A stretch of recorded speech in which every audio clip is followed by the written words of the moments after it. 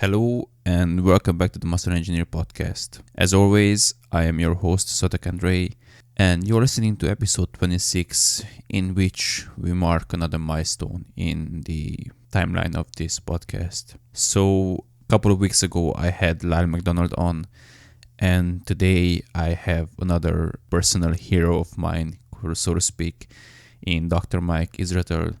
So Mike has been a very influential person in my own development as a lifter first and now as a coach second. So we started interacting online. I learned a ton from him, and I had the chance and opportunity and privilege to do an internship under him a year ago or so, in which I took my first batch of online clients, and that has been an amazing opportunity to learn from one of the best minds in the fitness industry.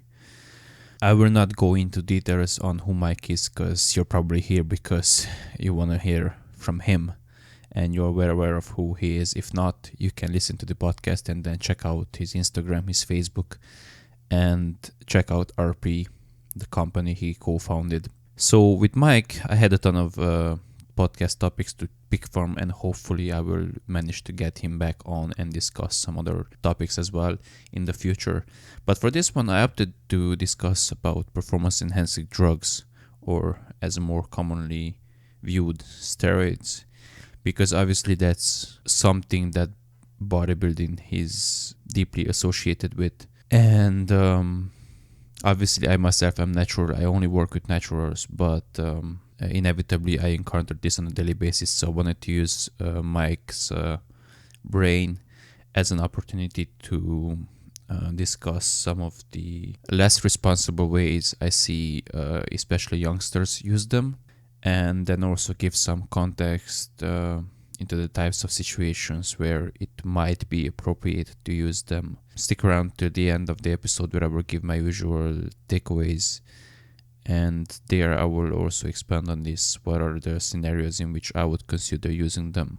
So if you're interested in hearing a very critical examination of some circumstances where you should consider using them, but mostly to hear about when not to use them, and also hear about some of the positives but also the drawbacks and potential detrimental health consequences of using them, then you will like this one. So grab a drink, sit back, relax, clean out your room, whatever you like to do while listening to this podcast. And now, without further rambling, here is episode 26 of the Master Engineer podcast with Dr. Mike Israetel. Dr. Mike Israetel, finally welcome to the Master Engineer podcast. Thank you for having me, Shotak. It's been a long time since we've chatted, so this is good. Yeah, it's still surreal. You know, sometimes I still scratch my head, is this real life?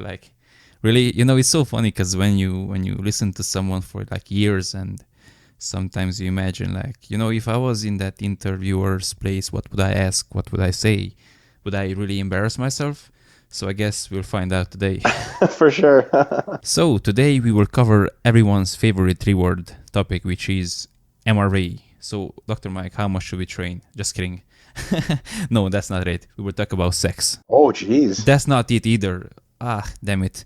What was the topic? All right, PED. Something you can take to alter your sex life and your MRV. Exactly.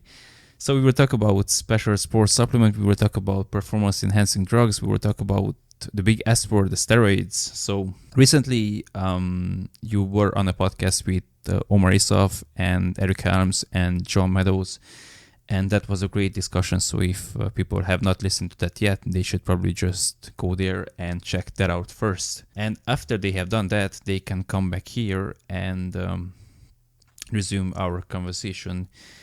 And to kick things off and ensure that everyone is on an even and level playing field, can you just briefly describe what PEDs are in general?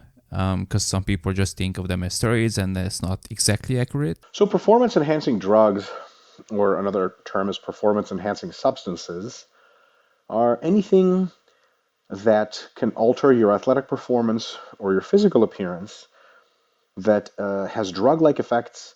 And in that sense, it is a messenger/communicator/trigger for biological activity rather than a direct substrate or energy source for it.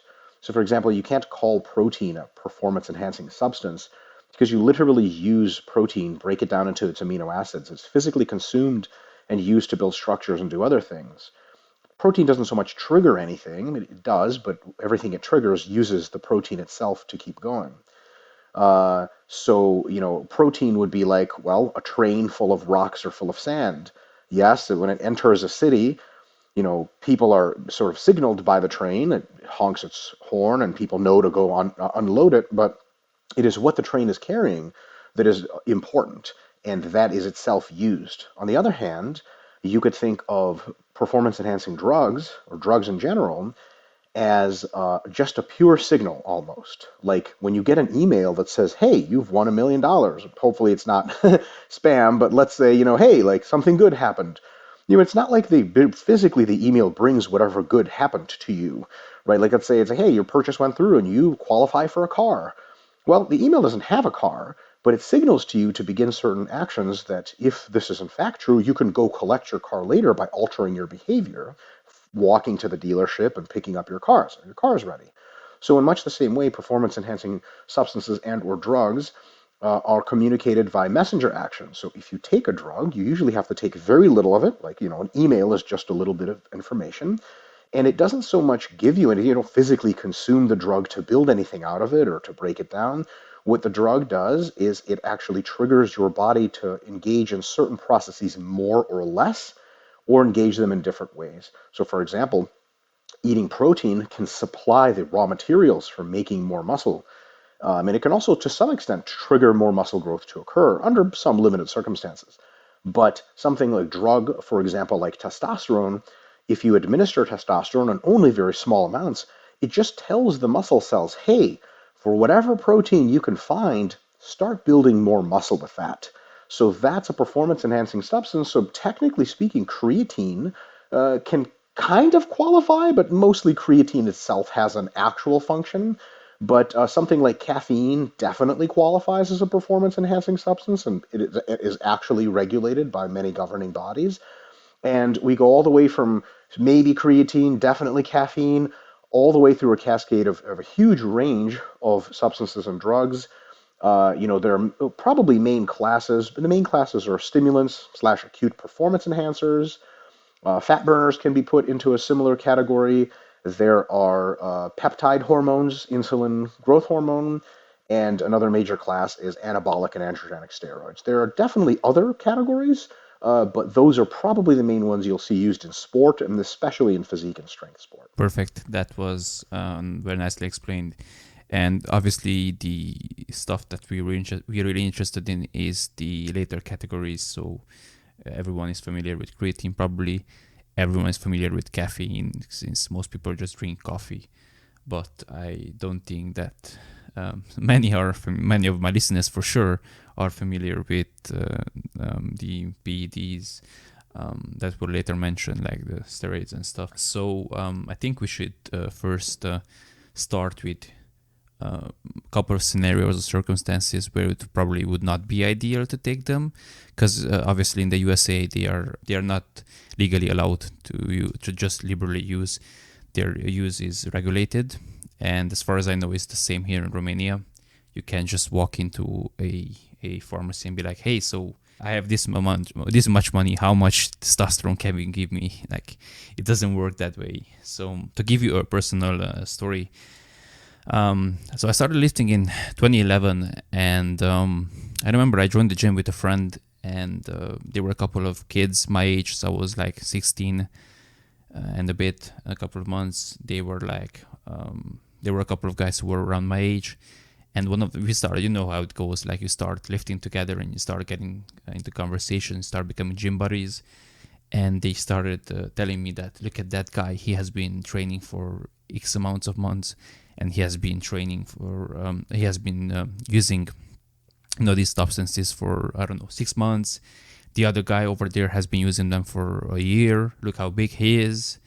There was this guy who said, I just started using them like a couple of weeks ago, and why don't you give them a try? And thankfully I was not an idiot, or I was an idiot, but I was not that big of an idiot to just start popping them like candy, and I didn't have money really, so I couldn't really afford them, so I wasn't tempted. But unfortunately, a lot of kids, especially, I think this is a consequence of social media and being exposed to these physiques and perhaps not having an idea of what went into it, both simply just training wise, how many years have been training and what substances they have been taking. And it's very common to see guys, or at least much more common than I would like it to be, guys which start training and within a couple of months they are already on gear.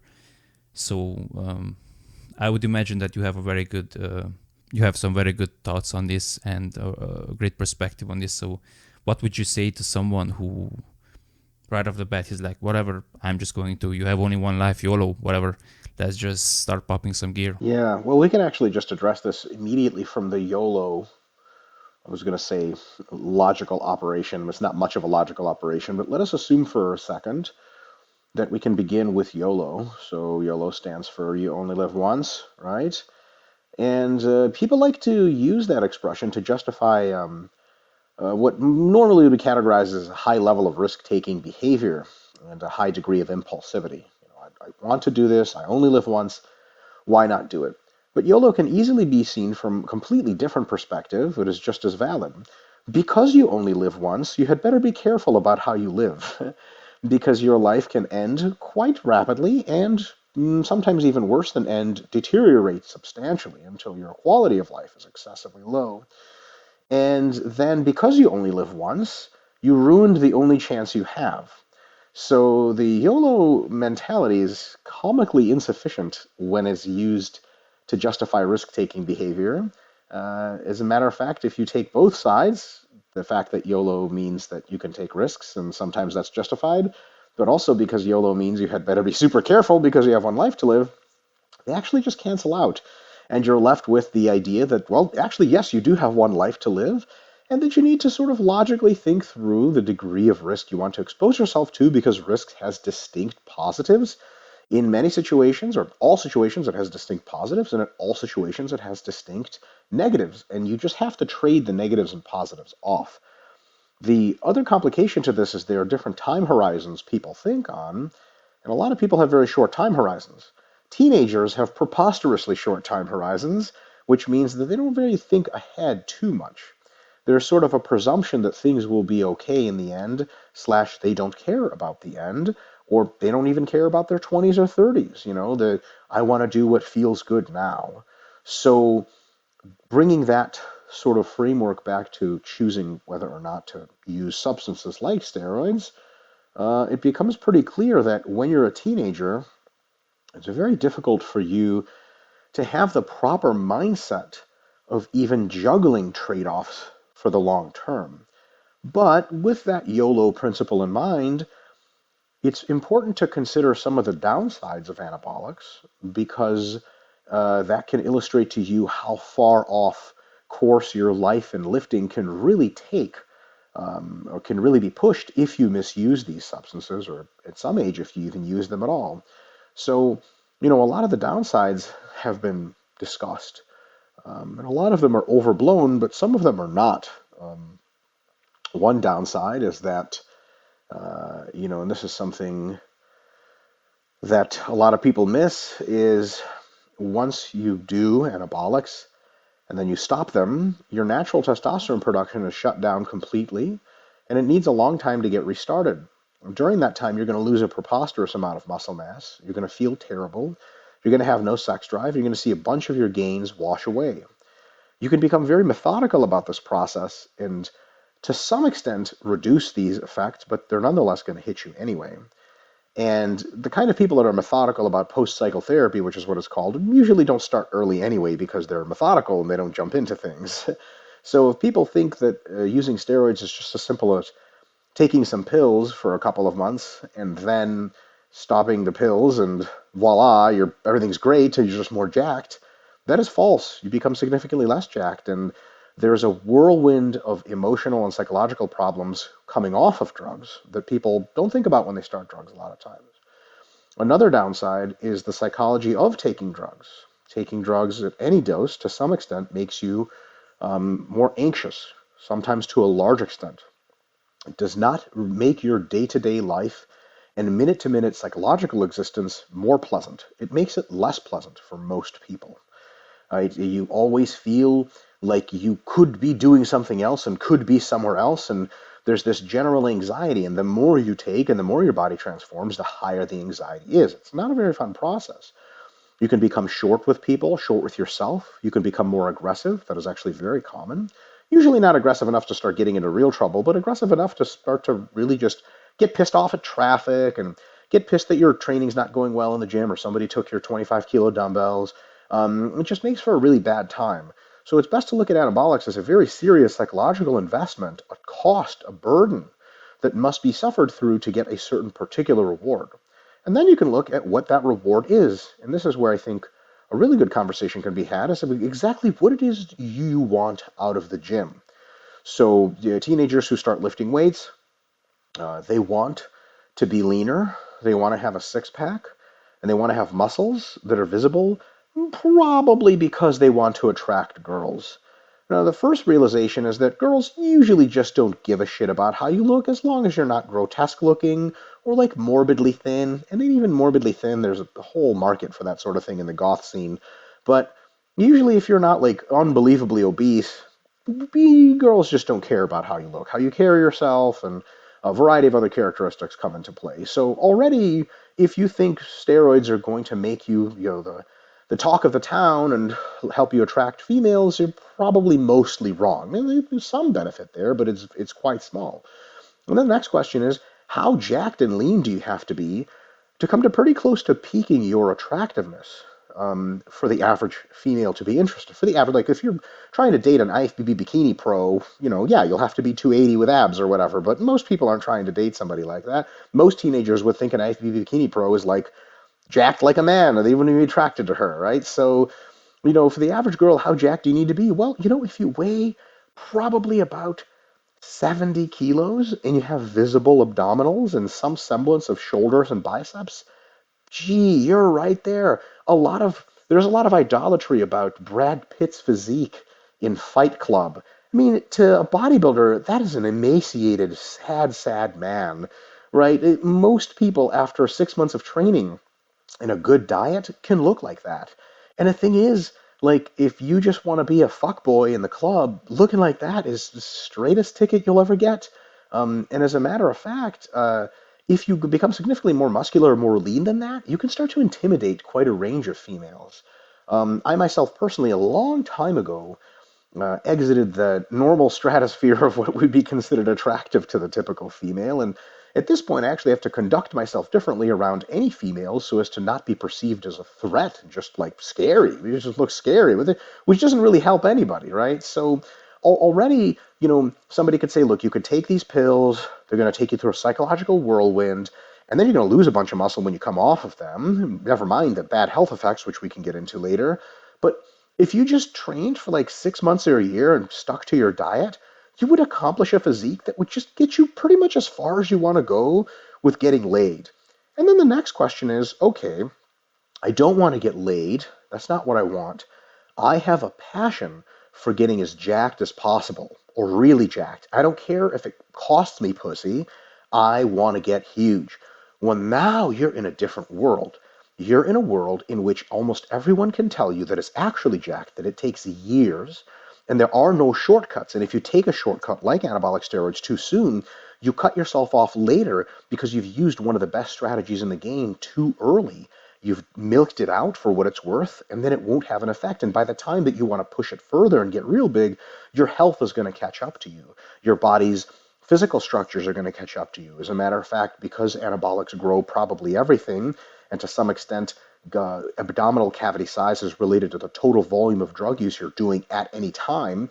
By the time you get to the higher levels and you have to take a lot of drugs because you're used to the lower drugs, you're going to look more like shit. Have you ever heard the term Palumboism by any chance, Shatak? It's when you have like, and you take so much gear that your gut distends like an obscene amount relative to your limbs and just kind of look lean, but like shit. So, if you, yeah, bubble gut, exactly. So, and there's worse versions of it than just a bubble, right? So, You're really just setting yourself up for that if you start taking gear too soon.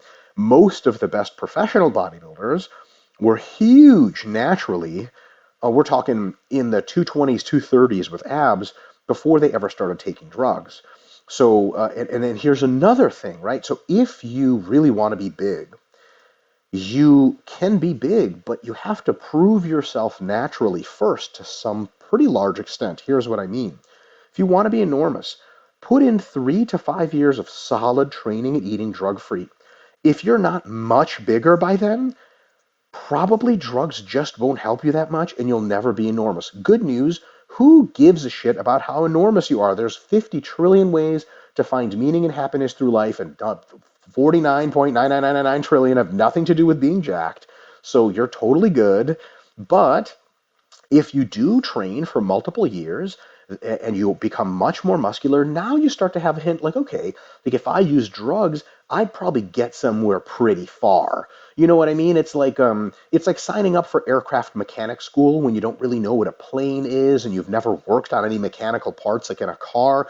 Like it just got kind of weird 3 weeks into the school. You'd be like, yeah, this sucks. I hate this and I'm not any good at it. I was a great artist, but I quit that. Why the hell did I even do this? So I think a lot of drug-free training is just about being patient and saying, okay, if anabolics are down the road for me, the only way they seem to work on the net balance is if they're down the road for me. Like, if someone's taking anabolics and they just want to get laid, pretty much they don't need to, so they don't need to bother with all that crap.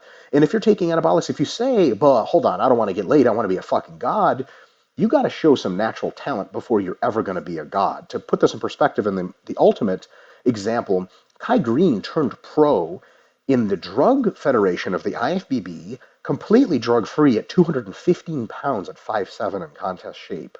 So if you think you're going to be Kai Green, because on drugs, Kai Green is 275, right? But, if you're under 200 pounds at 5'10", you're probably not going to be Kai Green with every drug in the world. So there's kind of that perspective. Hopefully that makes sense. It's kind of like if you just want drugs to get the very quick satisfaction of looking fucking just good and attracting the opposite sex, you don't need them.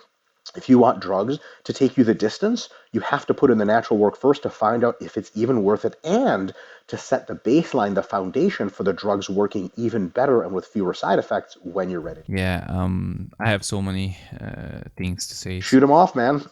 As far as the women, so you probably know that I listen to a ton of Jordan Peterson, and I've been thinking a lot because I've been single for a couple of months now after a pretty long relationship, and I've been just kind of contemplating life and my existence in a sense, and my trajectory in life, and what I kind of concluded based upon listening to Jordan and just my own experience and talking with others is that women care about physique and money and such indirectly, in that they're not interested in the end result necessarily, but they're interested in the traits that got you there. So they're interested in seeing that you're ambitious, that you're conscientious, that you're hardworking, that you're disciplined, that you're serious, that you can commit to a goal and keep working at it, and so on and so forth.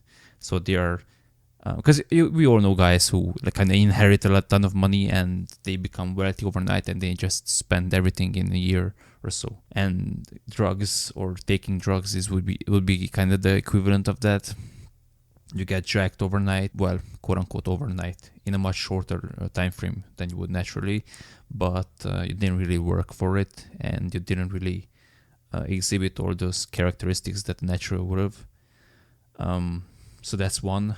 And the second part is absolutely true. I mean, I was just, because you know how it is when you're in Instagram, you're very much so comparing yourself with the best of the best. Like if I look at Jared Federer, I'm kind of depressed for 6 hours. Just kidding, but a lot of people have that reaction to him, or like I don't know, Nathan Williams. If you've seen him on Instagram, Nathan PT is his handle.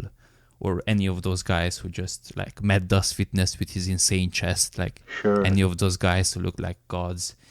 And then I recently was just met a girl who I haven't seen in like years, and she was just shocked. Like for her, I think I was like a god. When I look at myself, like I'm some mad, scrawny guy. No, that's false.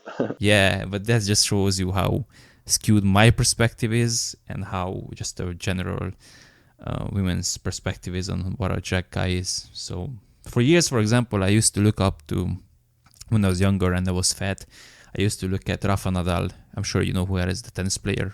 Yes. And I thought that, oh my goodness, he's so jacked. Like he had these bicep veins. And now I look at him like, yeah, he probably has like 35 centimeter, 36 centimeter arms, something like that. I'm trying to just envision Nadal as someone jacked, and it just doesn't.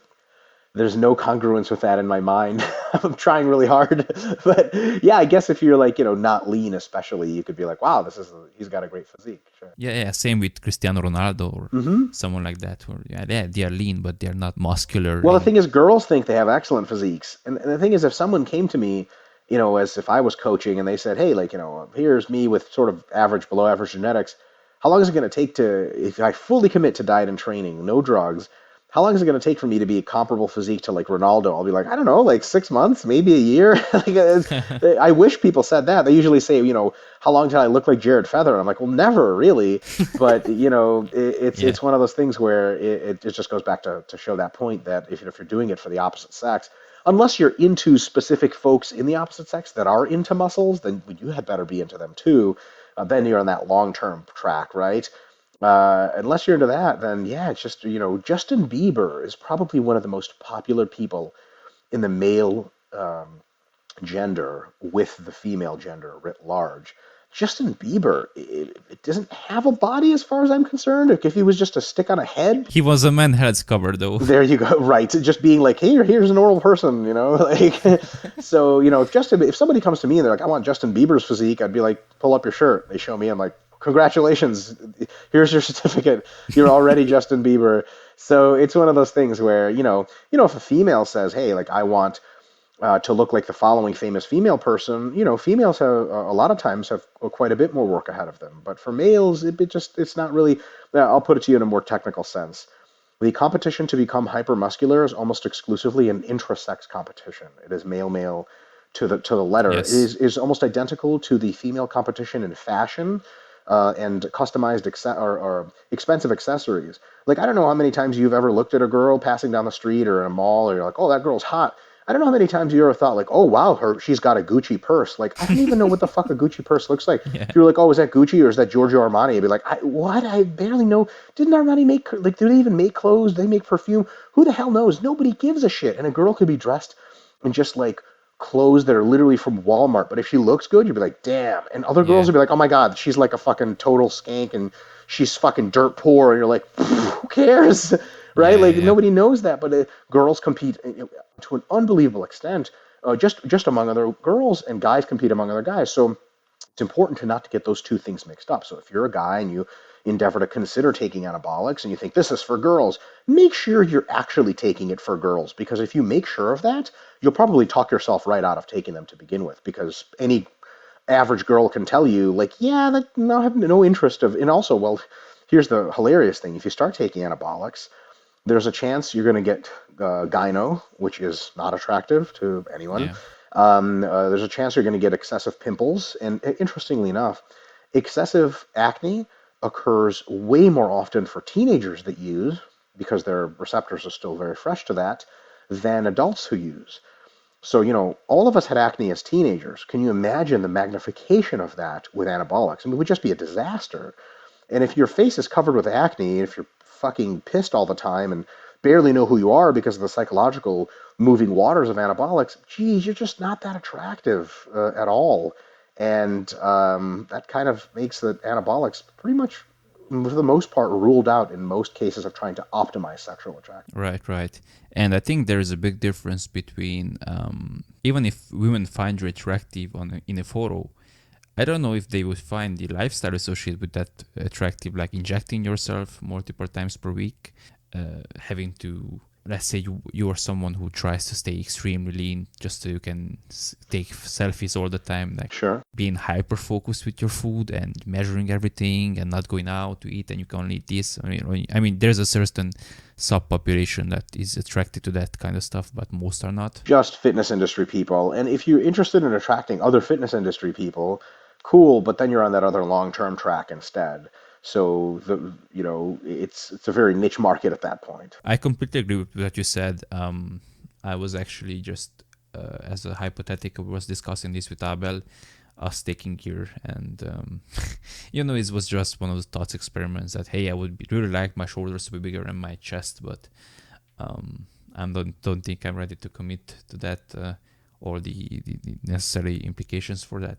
However, I think there's a big, and I'm not sure what to do about this. There is a very deep human instinct or desire, whatever, to get things right now. This seems to be more pronounced. The younger people are like, I told this a lot of times, but back in 2011 when I started, it didn't even cross my mind that I'm not going to stick with this gym thing.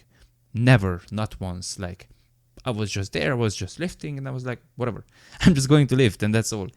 And now people come to the gym, they're like, and I asked them, so you want a membership? Yeah. And you've been here last year, right? Right. And you were here the year before that, right? Right. But this time I will be really serious. And the motherfucker, like, what?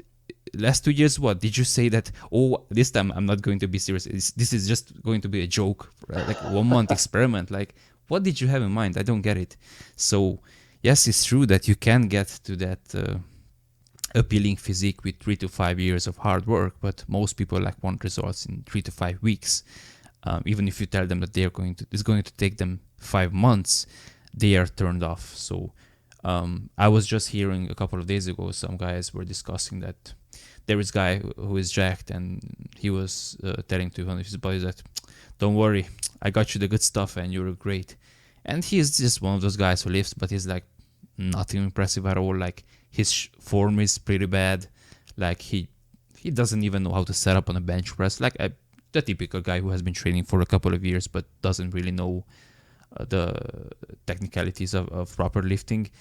And that would be the second most pronounced category of people who start taking steroids. Like, they don't know the basics. They don't know how to train. They don't know how to eat. They don't know how to recover. And as a shortcut, as a frustration, they resort to gear as a way out of.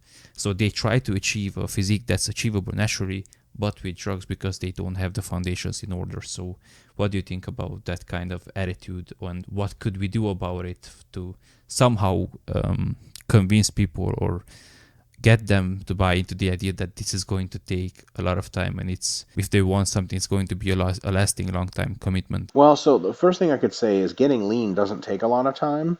A year of 2 to 3 major fat loss phases with the interspersed maintenance phases can take up to 20% of your body fat off of you if you have that much. And getting lean is absolutely the most important part of looking muscular. If you weigh 90 kilos but you're high percent body fat, you can look 10 times less muscular than someone who weighs 65 kilos but is shredded. Like, it's not even close. So a lot of people who are looking for the quick fix, they should just look at getting lean. And you don't need drugs to get lean, not even close. So that's a good start. Like, if someone says, like, hey man, I just want to look better, like blah blah, like this, I want to take drugs, you could actually just talk them out of it by saying, hey, look, let's start you on a good diet and a good training plan, and let's get some body fat off you and see what you look like. And if you don't like what you look like at the end, we can discuss other options. And after 3 months, and they have abs for the first time in their life, and they're super happy about it, they're getting tons of attention for it, the idea of taking drugs kind of disappears, because why the fuck would I do that? Like, you could be like, hey, you ready to inject a needle of oil in your ass? And they're like, fuck that. Like, I have ab, like, basically, like, how do you look like the average CrossFit person? Well, not even the average CrossFit competitor, but the average CrossFit person, like, has abs and some delts, and they weigh, 65, 75 kilos, and, like, they're loving life, and they don't take drugs. Most people just don't, and it's just a couple fat loss diets later, and they look great. So, and especially if you train with weights during that time pretty hard, and even if you have a couple of years of weight training already under your belt and you're just frustrated, just getting lean is really, really like that's what most people actually want slash need. Again, to reference Brad Pitt from Fight Club, like, gee, you look like that in no time. And then you're kind of going to be like, why did I ever want to take drugs, so on and so forth. But for the person that is just very impulsive, I think we have a couple of recourses. One is to inform them about the downsides of taking drugs. And there are numerous, numerous downsides. One, the gains tend to deteriorate quite rapidly when you're done. Two is short-term health dangers. Three is long-term health and psychological alterations. Another is short-term psychological alterations. Another is sheer cost, although anabolics tend to be quite cheap, so it's not a big deal. Another one is some people just don't know what getting themselves into. It'd be like you show them like a large gauge needle, and you're like, you're gonna have to stick this into yourself, and they're like, whoa, fuck that, right? And they're like, why can't I just take these pills? Like, yeah, but they're gonna destroy your liver, and they're like, oh, shit. Well, right, and the purpose is to generate. And you never want to deny the benefits of drugs because you're not like a crazy anti-drug campaigner. You're just a rational thinker. So you say, look, these drugs have distinct benefits, but they have these downsides too. So if you acknowledge their benefits, all of a sudden people are like, okay, this guy's not just lying to me, he's not propagandizing me. And you discuss the downsides, they're like, oh, geez, I didn't know all that. Because remember, the guy at the gym that's selling the drugs that says got the good stuff, he's not telling people about downsides. That would decrease his customer base. So he's just saying, oh, it's going to get you jacked, this and that, blah, blah. But if you tell people, like, here's the positives, here's the negatives, a lot of people just right there will be like, yeah, you know what, I don't really want any of that. And then for some people, there's a considerable intractability on their part, recalcitrance, to use a funny word, to any kind of measured thought, and their impulsivity is a pretty ingrained feature in their personality, and it's very difficult to talk them out of anything. When I was a coach back in the day, I had the unfortunate experience, although a very good experience from a learning perspective, of coaching a few competitors and some recreational people who had this sort of impulsivity sort of endemic to their nature. And they all started drugs years before I said it was a good idea. Most of them have since quit the sport and quit training altogether. And they just could never truly tell you they were psychologically healthy. So that kind of really intense impulsivity, I think you can address that at its root cause or its root symptomology, where someone says, like, I just need this now. You can sort of kind of do the Jordan Peterson, where you say, well, why do you think you need it now? And gee, at that point, a Pandora's box of psychological demons opens up, and at some point they might realize, like, wow, I don't need drugs. I need to sit the fuck down and think about my life for a Yeah. while. But some people just won't do that, and I will end my rant here with the following. You can tell people about the positives and the negatives. You can tell them about the trade-offs and about waiting for the right time. We can talk later about what the right time might be. And you can ask people sort of incisive questions about why it is they want things now as opposed to waiting some time and investing some effort and so on and so forth. Why they're impulsive. But and that's going to be like a series of nets that's going to catch some fish. Some people get through all the nets, and there's not much you can do to help them, and they just kind of have to crash and burn. You can't save everyone, and there's no magic pill, LOL, to inoculate people against their own supreme idiocy and their own irrationality. Yeah.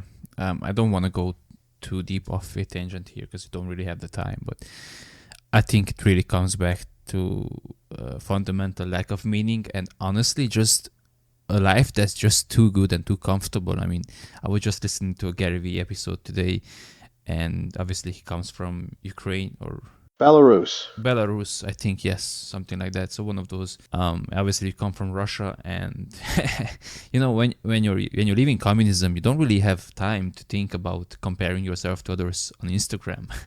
But when you have a very comfortable life and everything is done, provided for you, and your parents take care of you, and you don't really have to worry about anything, then you kind of start thinking, oh, well, what should I do with my life? Oh, well, I might as well just start taking some drugs and start hooking up with some girls on Tinder.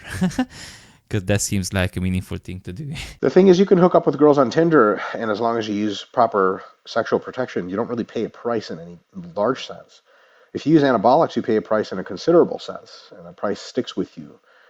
There's a pretty decent body of evidence now that suggests that anabolic steroid use in a dose and duration fashion can cause some forms of neural degeneration that can reflect themselves in memory loss and some other things. I mean, gee, that's got to weigh on something. That's a real serious thing, and of course, anabolic steroids, to the extent that you use them, for how long you use them, and the dosage you use them, and the seriousness of the compounds you use, do take time off of the end of your life. They're life-shortening drugs. The reason I didn't mention that earlier in the discussion of talking to these kinds of people is people who are in their 18 to 22 years of age, they just usually just, you can tell them all that stuff, they just don't give a shit, right? But the not giving a shit is, sometimes you can talk people out of it, sometimes you can't. I find that a lot of that is very highly genetic or sociocultural at a very deep level. It is difficult to change. When someone gets it into their head that they want something now, it's a lot of times really tough to talk them out of it, because you say, okay, but what about these negatives? And they're like, nah, I don't care. I mean, Shatak, what do you say to that? You say, okay, well, you should care, and they're like, okay, I've considered it, but I still don't care. You're like, yeah, at some point, like, most of us respect human liberty enough to say, fuck you, drug away. And then a lot of these people will have these sort of adorable stories later, when 3 years later they'll come back and say, I should have listened to you. I got into some trouble, got with my health, and I'm trying to come back natural now. And I just can't help but shake my head at these people, be like, fuck you, dumb asshole. But like, maybe I should be more compassionate. Yeah, unfortunately, I struggle with this myself on a daily basis, and I think everyone struggles with it. Everyone. There's not a single. It would be humanly irrational to not search for quicker alternatives, right? So the idea that people say, like, stupid, like, over the hill conservatives will post shit on Facebook like, these fucking young kids today just want the shortcut. Shut the fuck up. Human nature wants a shortcut because we evolved in an environment that was either time constrained or resource constrained, and we're trying to optimize resource inputs and time inputs, right? So if you have can you imagine, you developed a new packaging delivery system for the postal service, which saves them a shitload of money and time and energy, and they're like, nope, we're not going to implement it. You're like, why? Like, it's fucking young kids today that just don't want to put in the work. You're like, what the hell is wrong with you? This is a solution to the problem. It's better, right? So if there really was a pill that had no big downsides and had all these upsides, oh my God, of course you should take it, right? Like, there's a bunch of, like, if you like, can you imagine being like, I don't use my fitness pal? Be like, why? Because I track macros just by hand. Be like,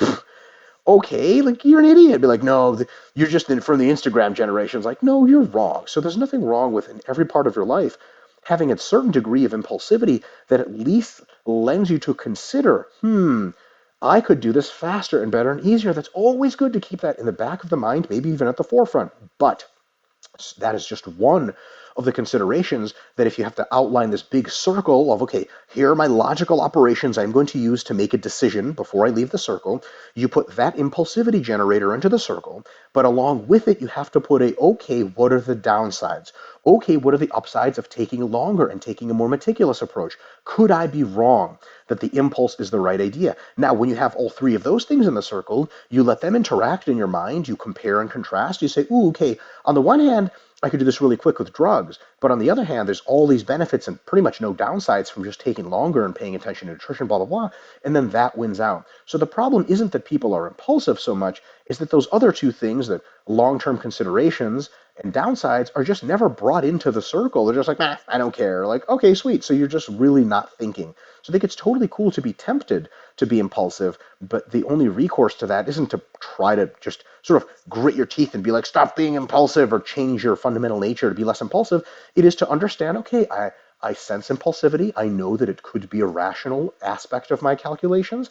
Now let's bring in more longitudinal thinking, a little bit of wisdom, a little careful consideration of trade-offs, mix that together, chart out the course, and then see where we go from there. And then all of a sudden you have a rational decision. right. I guess the best example I can give is, I was just talking these days with someone, and she's basically trying to improve her diet and stuff, and she's really enthusiastic, and she was like, okay, so I'll just stop eating meat. And I was like, why? Just to challenge myself. I was like, okay, I appreciate that you're enthusiastic and you want to do something, but how about you do and make a change that actually going to help you, instead of removing probably the only source of protein you have in your diet right now? Like, that's not likely to have a positive impact on your physique. How about you start removing those, I don't know, the chocolates that you have at midnight because you feel sad or whatever you do. Right. I posted about this on Instagram. I don't know if you've seen it, but there's this trend in my city that's a bit worrying, or not necessarily worrying, because not really my.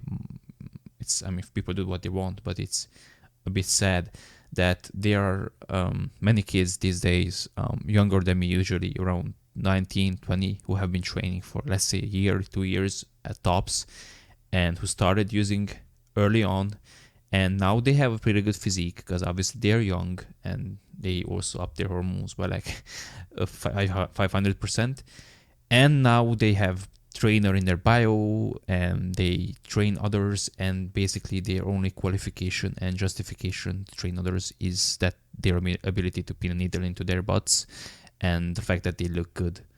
And honestly, that's just, I find that so intellectually dishonest, and I am very much so aware that they are probably not able to produce results with others because they don't really. I've seen it in person. They just, the only thing they know is, well, I did this and it worked, and when it didn't work, I just upped the dose and that was it. So how are you going to train someone who doesn't do that? So what do you think about that approach? And just as a general take on this, what do you think about someone who wants to hire a trainer, for example, and they are on PEDs? I mean, obviously, if they deny it and they lie about it, then that's a bigger issue. But let's say they admitted that, yeah, I've been using. How should you kind of conceptualize that in your head when deciding if you should hire that guy or not, or girl? Oh, so so the trainer admits that he's been using PEDs. Right, right, right. Hmm. Well, so when you're hiring a trainer, it's important to consider what your options are and then choose the best options that are, their price to performance ratio is something that you find acceptable.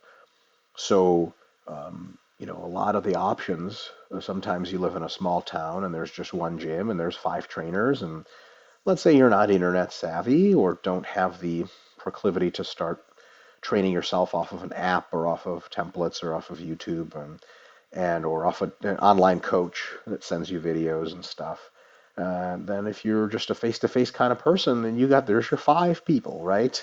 So, but considering that online is an option, like if someone from Romania, just a regular person I happen to meet on a trip, so I live in Romania and I really want a coach, I would just immediately send them to you, and just be like, well, here you go, like problem solved, right? And they're like, well, he doesn't live in my town. Like, you don't need him to live in your town. He's just going to send you programs and diets and going to interact with you on a digital basis, and you're going to have all the help you need. And they're going to say, well, what about this trainer who lives in my town? I'll be like, that guy's probably underqualified, right? Or we just don't know. Now, let's say you're not on the internet, you don't have the option of all these experts such as yourself to lean on.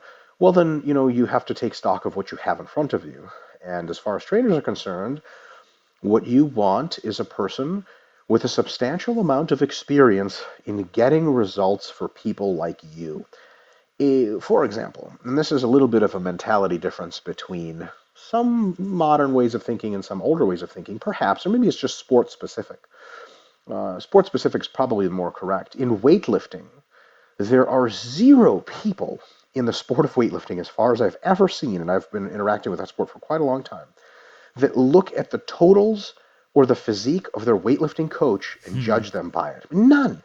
You know who's a good weightlifting coach? That crippled ass old man that sits at the side of the gym. That guy's probably produced like 10 Olympic champions, right? Because that's what all these guys look like. Why?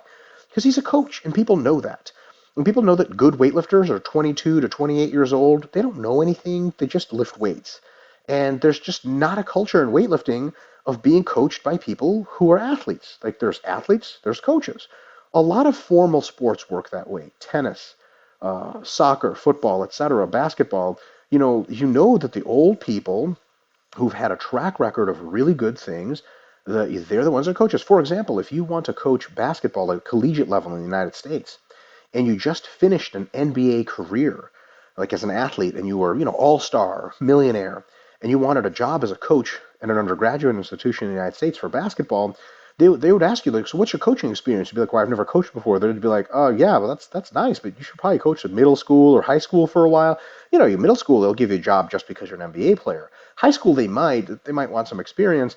But as far as college, I mean, competitive D1 universities will never hire you if you're just a star because they don't give a shit. They want to see you were successful at developing athletes at other levels, right? So if you're hiring a coach at your local gym, you can look at their physique and that's nice, but a lot of young men have really excellent physiques. A lot of young women do too. And what you want is someone who has a track record of getting people like you in shape, right? Shameless plug for RP, but some of our best transformations, our most popular ones, are the ones that take people who are like, look like sort of regular people, and they don't make them look exotic. They just make them look much better. And a lot of people are like, wow, like that really resonates with me. That could be me. Like, I wonder what product and service did that, because sometimes these supplement companies will take an IFBB Pro bodybuilder, do a before and after, and you're like, yeah, but I don't want to be 280 with shredded glutes slash, the supplement can help him. Like, is it even designed for me? I don't know. So with a trainer, first thing you want to look at is what's their track record. Maybe they say they have an Instagram or Facebook page. You go on there, you look at some before and afters. If they're just producing tons of before and afters of like, hey, here's a lawyer, here's an accountant, here's a firefighter, now they look better, now they look better. You're like, wow, okay, like this is someone who does good work. Now, if it's one of these like drug using fucking retards that has been training for a year, he's just not going to have that. It's going to be all pictures of himself. It's just pictures of himself on there, or herself, and just pictures of her ass. Maybe they don't know a whole lot. Remember, you can't give someone your genetics, so it's very difficult for them to make them look like you. They have to have a proven track record. That's a real good start. Another one is how long of experience they've had training. If it's been a year, then you could take a chance at them, but they had better be charging you very little money. If they've been training for 2, 3, 4, 5 years, okay, then maybe along with some before and afters and stuff, you could take a look at it. Another one is, and this is super important, this will fall in mostly deaf ears, but I think it's incredibly valuable, is you don't need any fitness experience to gauge this. Meet with them and talk with them and ask them what a plan would look like, what the journey would look like. The person that you're going to hire, let's say you talk to 10 people, is, all other things being equal, someone who is going to give you a realistic view, who is going to demand a good amount of work on your part, but not infinite amount of work, who is going to have a calm, rational, logical approach. They don't even have to be science-based. They have to say, now, we're going to give you a diet. We're going to try to work through your sticking points. We're going to work hand in hand together. We're going to go slowly, step by step, and we're going to get better and better and better. And we're going to reevaluate to make sure that nothing we're doing is hurting you. Everything we're doing is helping. The plan fits your needs, and we're setting realistic goals and accomplishing them. Like, I'm almost doing the tone of voice because you expect something like that tone of voice. On the other hand, if someone's like, we're going to get you all amazing results and you're just going to be lean, and that kind of person, it does not have, seemingly via their verbal communication, the kind of mentality you want for someone like, dare I say, a muscle engineer, right? Somebody who is meticulous, who's careful, who is programmatic, right? But that's what really gets results.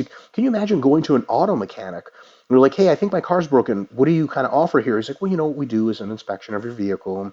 We take a look at different component parts. We have a series of tests we run to make sure that we're ruling out the right stuff. And after that, we'll give you a bill sample to say, if you want us to fix this, it's going to cost this much money.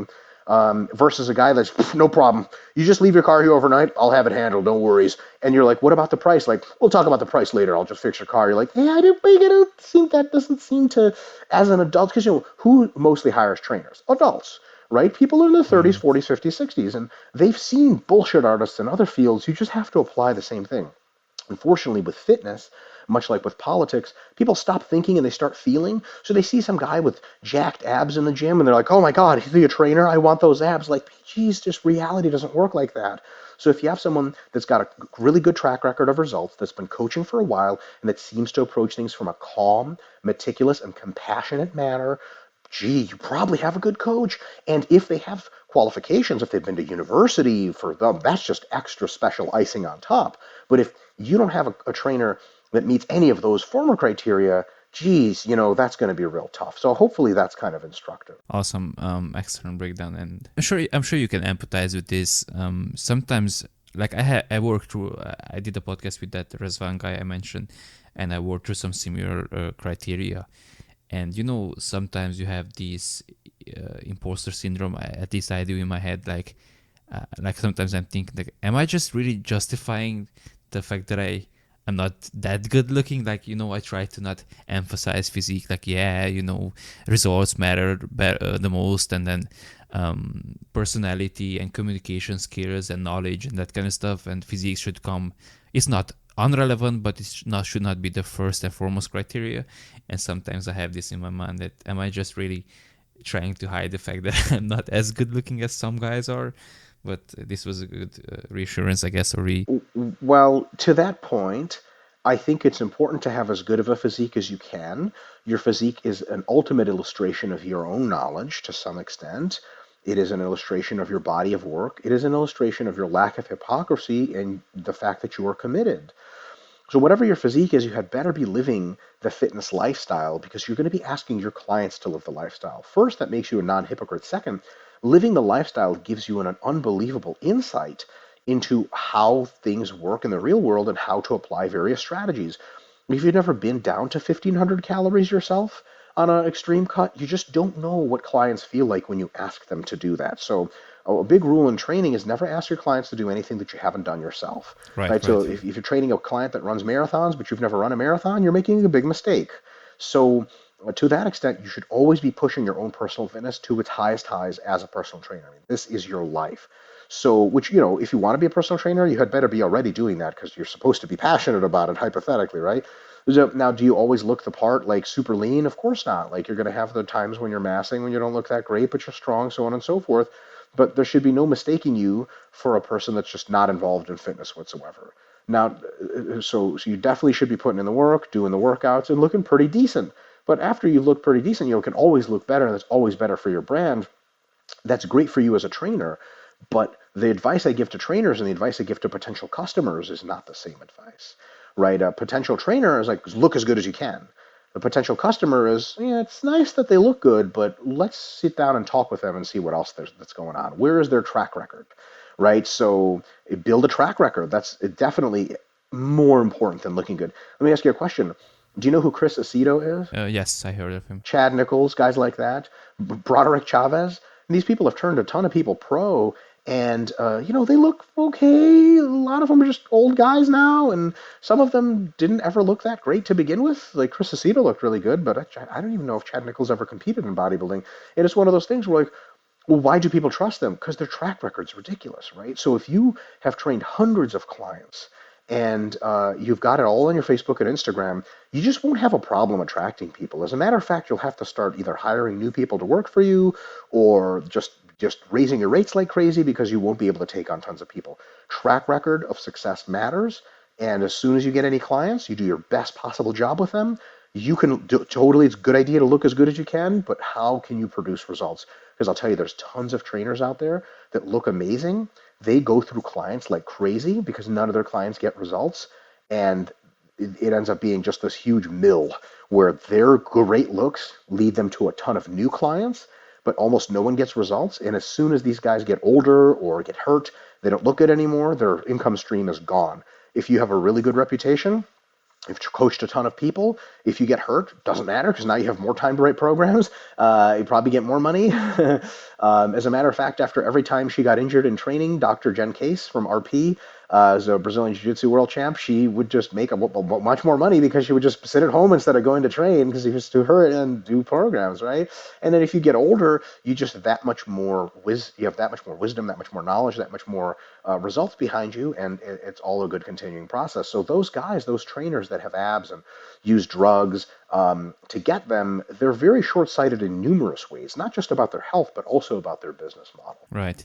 Like, one thing I heard, apparently this is practiced in one of those gyms, it just makes my blood boil. Like, no kidding. Like, I very much so, I'm high on my personal integrity. Like, I don't know if you've seen it. Like, I wrote a post that My Protein changed one of their ingredients. They changed the zinc and magnesium from citrate oxide, and I essentially got off the team, quote Oh boy. unquote, because I wrote a post publicly, and apparently I wasn't supposed to say stuff like that. So Okay. yeah, I'm high on my own integrity, but I heard Sure. that some people say or do things like, well, they advertise low prices for personal training, and once the client comes in, and instead of one-to-one, there'll be like 2 or 3 or 4 people at the same hour, and of course they charge less to attract you, but at the same time you're praying for a one-to-one, and then you end up being 3 or 4 to 1. And I'm sure you've seen Yikes. it, like a guy puts whatever a girl on the leg press and turns around and goes to the other corner, and the girl is already fucking up her leg press form, and puts the guy on the whatever and turns the back to that guy too, and none of them does the exercise correctly, and it's just a waste of time. But hey, he gets 3 people in 1 hour, so good for him, right? For him, for a while, and those three people get shitty results and they don't feel like they're being attended to. They make very few or much less references and referrals to other people at their work and in their life. And now, a couple of months, couple of years later, that person's still struggling for clients. Whereas if you do a real high quality job and really spend your time with one or two people or one per hour, then those people are so happy with the results and the way you take care of them that they start referring their friends and their relatives, and all of a sudden you're booked solid. Starting with a high quality, high caliber level of work is difficult because you don't make a lot of money at first, but eventually it builds and builds and builds until you're highly successful. Whereas the person who's trying to rip people off, much like taking drugs too soon, it's never going to be a takeoff, and it's always going to be struggling to find the new Ponzi scheme to rip off clients this month. So as I anticipated, we didn't get through all the topics anywhere near. If you have like 3 minutes, I have just one statement I would like to hear your take on. Sure. And this was by someone who wrote this on their Facebook. And based on the pictures, they probably only work with people who use stuff. And they said something to the effect of, here's a before and after 2 years apart, and as you can tell, uh, the results are drastic, and this is the part that really kind of piqued my interest. They said something to the effect of, if 2 years from now or 2 years apart your physique doesn't look drastically different, you're doing something wrong. And obviously this got me thinking, like, if you work with someone who uses drugs, then okay, perhaps.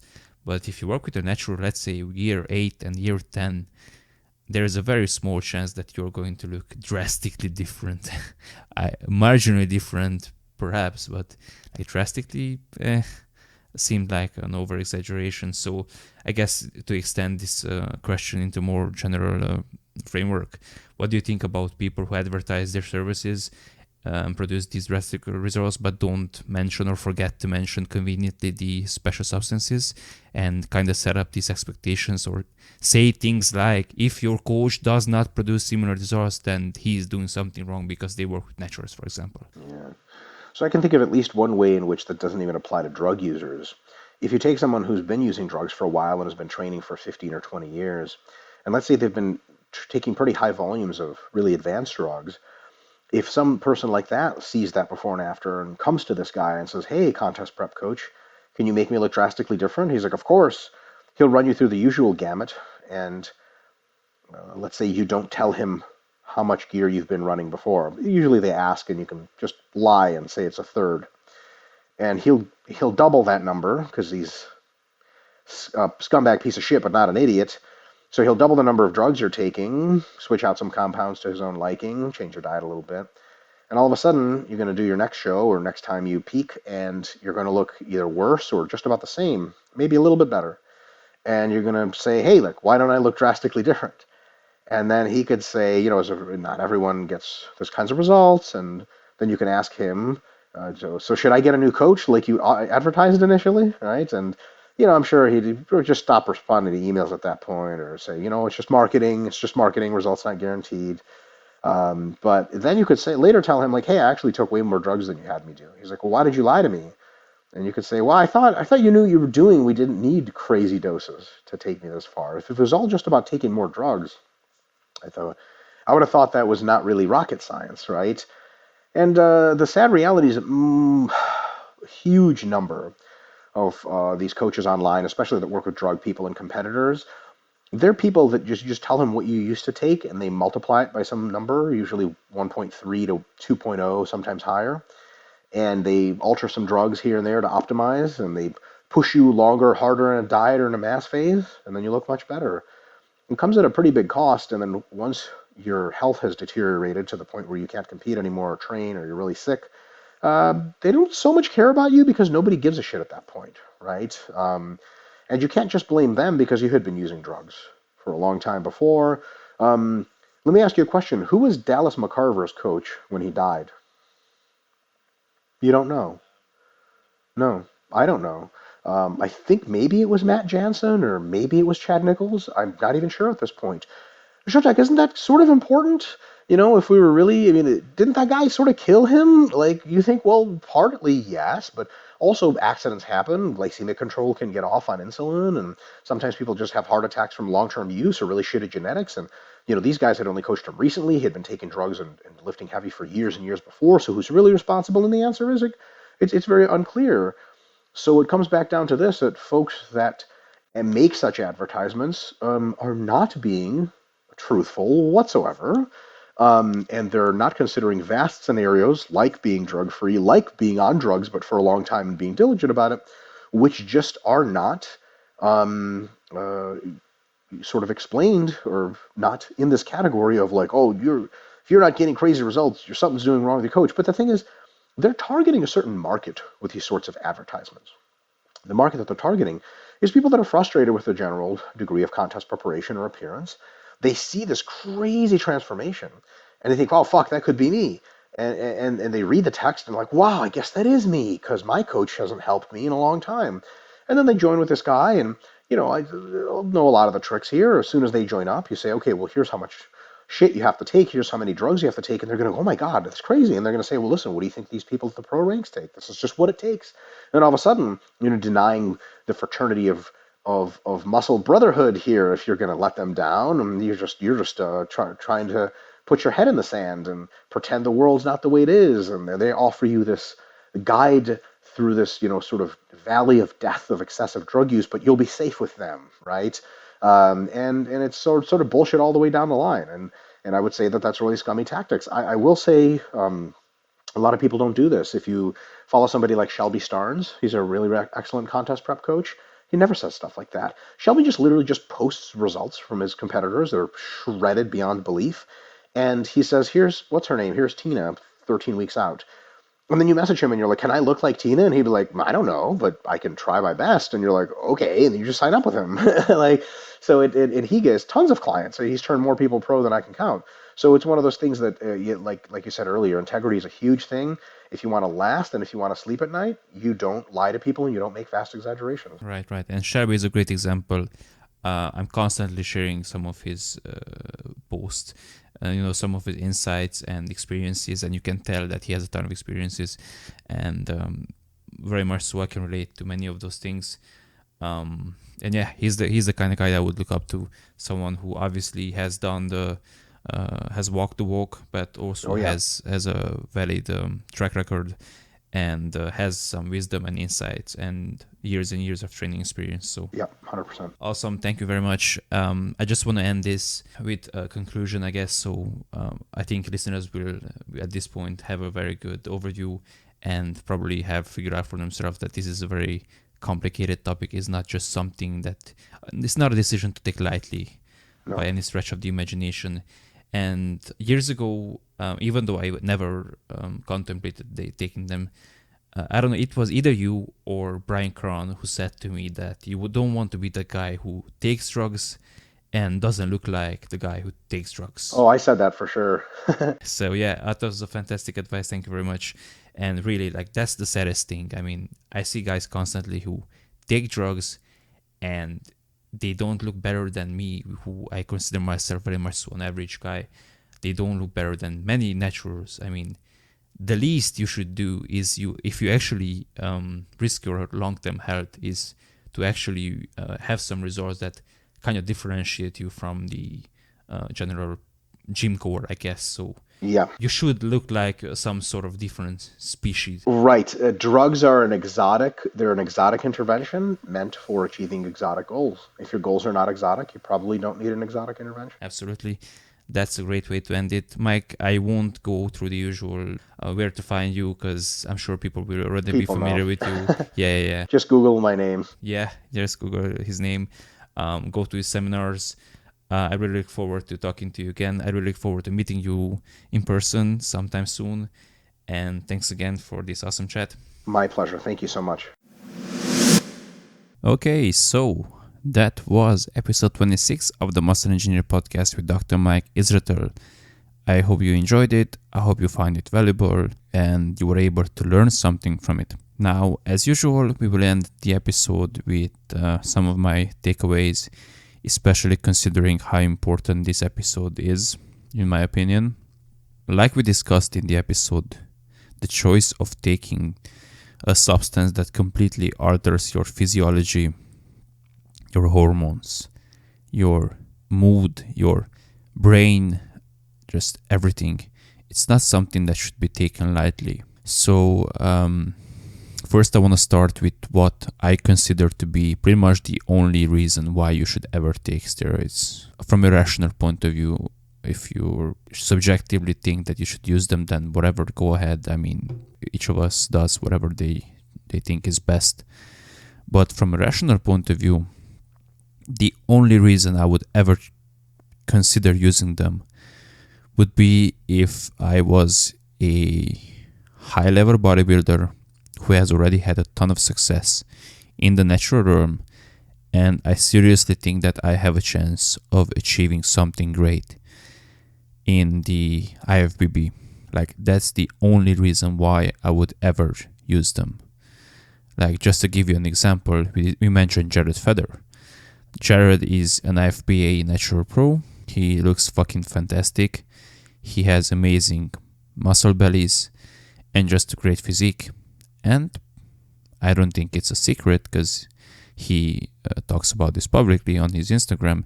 He recently transitioned and just competed in his first NPC show, which obviously is not drug tested. So if you are someone like Jared, if you have amazing genetics, if you're smart, if you have been training for like at least 7, 8, 10 years, you have already reached 95% plus of your natural potential, and you think that one, you have a chance of actually achieving something in the other federation, but also you think that the health consequences are worth the trade-off, then by all means go ahead and start using them.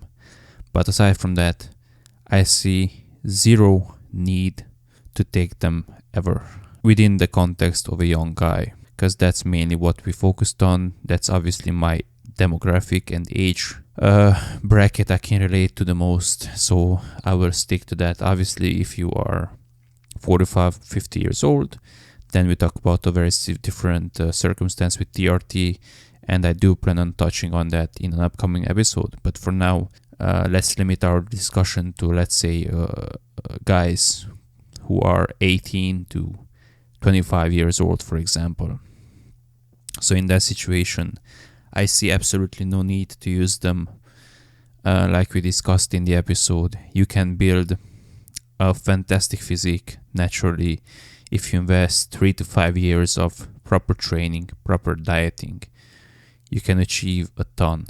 Just to use myself as a personal example, I mean, God knows I am not the best looking guy ever. I'm not the most muscular, but if I walk into a gym and if I'm decently lean, everyone looks at me and thinks, yeah, that guy definitely lifts. You can see. And realistically, if you don't make a living off of it, which most people don't, that's about as much as you need. I mean, we mentioned women in the episode. Women are so individual. If you take 10 women, for example, and show them a photo, 5 of them will find that particular photo attractive, 5 probably won't. And that's just the way it works. So I think taking steroids to attract women is stupid in so many ways, but simply using your physique to get women is also, in a sense, stupid, because there are many women who are attracted to skinny guys. There are many women who are attracted to guys with bellies or dead bods, just in the same way that some women prefer guys with beards, some prefer them without. So yeah, I don't see any need to use them outside of that particular context I mentioned. These probably won't be very well delineated takeaways. It's just going to be one major takeaway. But the thing that scares me the most is, well, there are two things. One is the mood swings that Mike mentioned. I myself am already a person who has somewhat of a short temper. I tend to get irritated rather quickly. I get annoyed by what I perceive to be stupidity around me very quickly. I tend to lose my temper somewhat quickly. So that gets exaggerated and gets worse when I'm dieting and I'm tired and I'm hungry. So I can only imagine what I would react like if I started using steroids. So that's not a scenario I would like to be in. And the second health risk that particularly worries me is the potential brain alterations that might happen. So you essentially get a bit dumber or more stupid, I think it's the term, if you start using steroids. And once again, that's not something I would like to experience, because I like to think of myself as a person who makes a living off of his brain, not necessarily his body. So I wouldn't like to trade off a part of my intelligence or critical thinking or just thinking in general in order to enhance my physique. I don't think that's a worthy trade-off. So those are two big reasons why I will probably not take them anytime soon. And just to end with the third conclusion that is somewhat distinct and different from these two, is that circumstance or scenario I brought up with Mike of having to choose a coach. And I personally, and this might be controversial, but it's just my opinion, I think that if you are natural and if you don't have any exotic goals like Mike mentioned, and you have the option of choosing from multiple coaches in multiple gyms, then I would not hire someone who is enhanced. Because for me, there's always that doubt in my mind that did he get the results he has because of his drug usage or because of his knowledge? Now, if they are a coach who only uses drugs for himself, that's great, but I have known many coaches like that, and in a very high percentage of cases, they trickle down some to their clients too. So that's not something I would like to worry myself with. So I would just choose a coach who is natural, and I would look at their track record and see the results they have produced and so on and so forth, and then choose from there. So this is my take on that particular manner, and I am obviously open to discussions. Let me know if you think different. Let me know if you agree. Please message me with any feedback, concerns, questions you might have. And once again, this is just a reminder that if you haven't already, please check out my Instagram page. I post there quite frequently. I started doing some Instagram live videos. You can suggest topics that you would like me to cover, and I will take them into consideration, and if time allows, I will try to get to them. So thank you very much for listening once again. This has been episode 26 of the Master Engineer Podcast. I have been and still am Sotak Andrei. And until next week, take care.